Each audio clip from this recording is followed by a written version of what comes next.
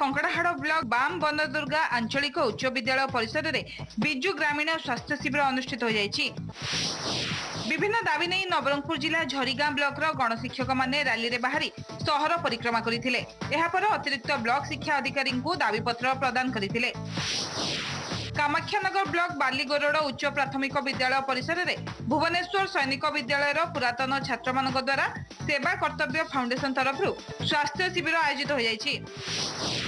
रायगढ़ जिला काशीपुर ब्लॉक टिकिरी रे बिरसा मुंडा 140तम वार्षिक जयंती पालित हो जायछि। काशीपुर ब्लॉक कांग्रेस पक्षरु एहार आयोजन करा जायथिला। नवरंगपुर चंदाहांडी ब्लॉक थोड़ीपाणी सरकारी उच्च माध्यमिक विद्यालय रे अभिभावक शिक्षक सम्मेलन अनुष्ठित हो जायछि। अनुगुल जिलार विभिन्न स्थान में जातीय प्रेस दिवस पालित हो जायछि। एही अवसर में तालचेर वर्किंग जर्नलिस्ट एसोसिएशन तरफ ओटीवी सांबादिक मानस रंजन साहू को fourth pillar journalist icon award रे सम्मानित करा जायछि।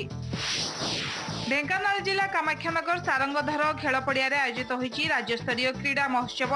राज्य खनि इस्पात श्रम नियोजन मंत्री प्रफुल्ल मल्लिक एहार उद्घाटन करथिले।